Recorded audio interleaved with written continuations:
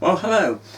Today I'm going to make quite an unusual video in that I'm going to tell you about something I'm going to do without actually doing it, that is at the moment. Now the reason is this. Both my wife and myself have been keen cyclists for well over 30 years. We've rode with a local cyclist touring club, and in the older days, you know, like 30 years ago, we were doing like 80 odd miles on a single ride and no problem. But as time's gone by and we've got a bit older, we find it a bit harder, and obviously the wife especially, she struggles on some of the steep hills and also when it's very windy. So we decided it might be a good idea to get her an electric bike. Now she doesn't like the idea of an actual full-blown electric bike because she likes her own bike. What she's got at the moment is this Dawes Super Galaxy that you can see here. Now this bike was made in 1992, it's her second Super Galaxy, and she's been riding it ever since, and she likes the bike. It's also, as you can see, got dropped handlebars, and the problem is that there are many kits on the market to electrify a cycle, but most of them are for straight handlebars. I haven't seen any particularly for drop type handlebars, and the reason is this. Apparently you need sensors down on the chain wheel down here.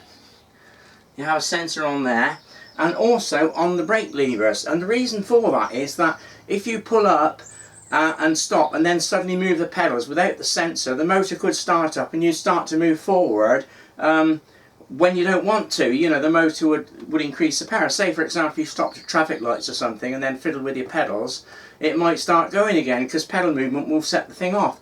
So it was a bit of a problem with drop bars. What happens with straight bars, you have special levers with sensors in them, so when you brake it cuts the motor out. Well, obviously it's not easy to fit those on this drop bar type of bike with these levers without converting it to straight bars, and she prefers the drop bars. But a friend of mine, Adrian, another fellow cyclist, he suggested another company called Easifit who do an electric kit that you can easily fit to your bike. And I've had a good look at this website, and it appears that theirs you don't need these sensors on because they've got a gyroscope built into the actual battery unit which spots when you're not pedaling or when you're not moving and cuts the motor automatically, so you don't need any sensors either down on the crank here or up on the handlebars, and I think that would be perfect. Anyway, I had a good look at the website and it sounds just fine. There's no mention of sensors. So I thought, well, before I think about buying it, I will contact the company, first of all, to see how good their after sales is, and because a lot of companies don't even bother replying these days. And secondly, I had a couple of questions about the brake levers. Was it true that you didn't need to do anything, and would it work on a drop bar bike?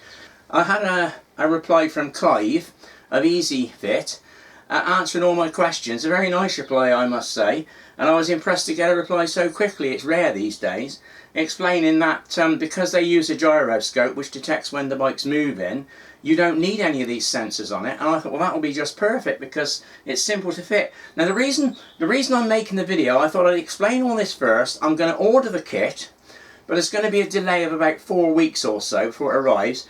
But when it arrives, I'll make a second video and I'll show me fitting the kit onto the bike and trying it out. It seems a good idea, this kit, I think.